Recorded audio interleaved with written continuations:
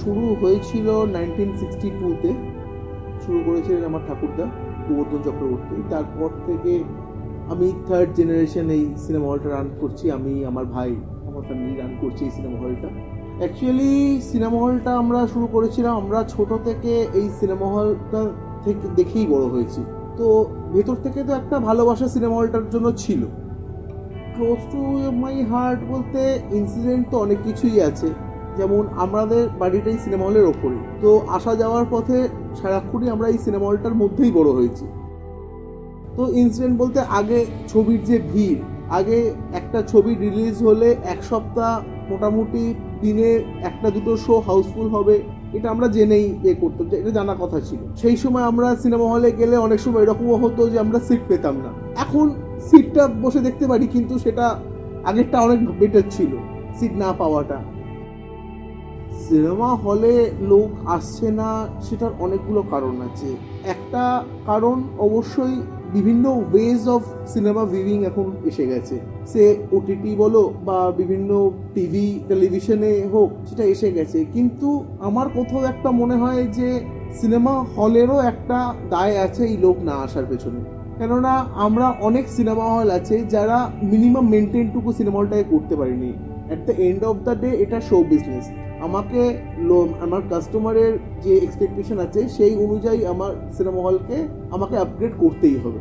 দেখো, national multiplex chain যেগুলো আছে সেগুলোর সঙ্গে আজকে কোনো সিঙ্গেল স্ক্রিন বলো বা এই লোক মানে যেগুলো স্ট্যান্ডার্ড সিনেমা হল, সেগুলোর কম্পিট করতে যাওয়াটা আমার মনে হয় আজকের দিনে দাঁড়িয়ে সম্ভব না।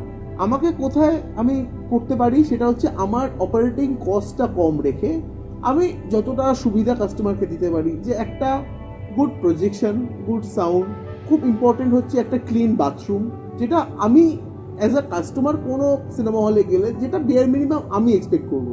কেননা আগে যেটা আমরা ছোটোবেলায় দেখতাম ম্যাটনি শোতে, প্রতিদিনই ম্যাটনি শোতে একটা বাড়ির মহিলাদের ভিড় হতো সিনেমা হলে, কিন্তু আজকের দিনে সেটা আর নেই। তার কারণ যদি আমি জানতে চাই, দেখতে যাই, সেইখানে আমাদের বাংলা ফিল্ম ইন্ডাস্ট্রিতে বলো বা সেই রকম স্টার নেই যার নামে বাড়ির মহিলারা টিকিট কেটে সিনেমা দেখতে আসবে। সাপোজ আমি যদি ধরি উত্তম কুমারের ছবি চলা মানে উত্তম কুমারের নামে টিকিটটা বিক্রি হবে, লোকে কন্টেন্ট পরে দেখবে, আগে উত্তম কুমারের নামে টিকিটটা বিক্রি হবে, তার টানে আসবে। সেইটা এখন আমাদের ইন্ডাস্ট্রিতে নেই। দেখো, সেটার কোনো থাম্ব রুল বলে কিছু নেই। আগে এটা ছিল যে আমাদের এখানে কমার্শিয়াল ছবি, আমাদের এখানে কেন যে কোনো রুরাল বেসে কমার্শিয়াল ছবি একটু ভালো ব্যবসা করে সব সময়, কিন্তু তাই বলে যে আর্ট ছবি যেগুলো আমরা দেখি সেগুলো যে একদমই ব্যবসা করে না তা না। কিছু কিছু ছবি আছে এক্সেপশনাল ভালো ব্যবসা করেছে আমার এখানে।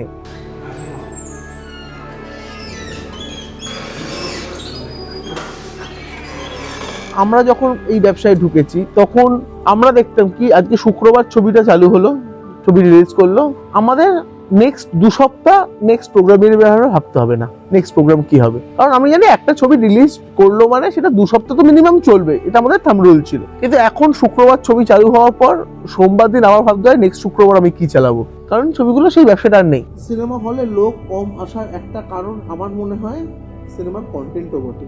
কিন্তু মানুষ 10 জন এলে 5 জন মনে করলো আমরা ঠকেছি ছবিটা দেখে, নেই কিছুতে দেখা যায় ভালো ছবি ইকুয়াল টু ভালো ব্যবসা, কিছুই নয়।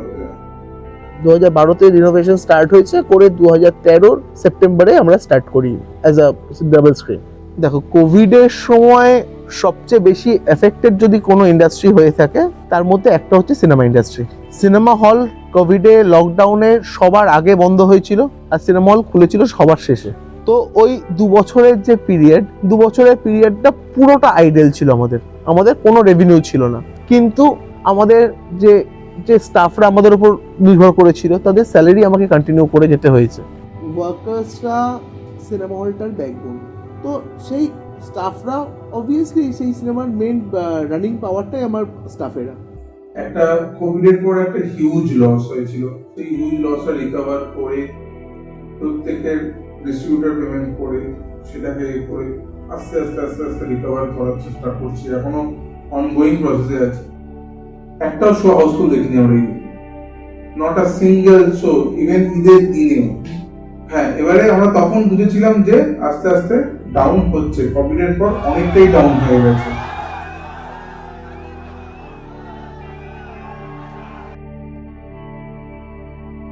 দেখো, প্রজেক্টর মেশিনের যদি কথা তুমি বলো, ওই প্রজেক্টর মেশিনটা আমাদের নতুন প্রজেক্টর মেশিন। ওর আগে একটা পুরনো প্রজেক্টর মেশিন ছিল, সেটাও এখনো আছে। এই প্রজেক্টর মেশিন আমরা দেখেছি ছোটবেলায়, লেন্সের এত দাম ছিল, লেন্স আমরা কিনতে পারতাম না, লেন্স আমাদের ভাড়া করে আনতে হতো, লেন্স ভাড়া করে এনে চালাতে হতো, লেন্সের ভাড়া দিতে হতো। এখন ওইটা যা অবস্থা, এখন ওটা লোহার দামে বিক্রি করতে হচ্ছে। লোহার দামে বিক্রি করবে কারণ এটা স্মৃতি, ওই জন্য আমরা ওটা প্রিজার্ভ করে রেখেছি।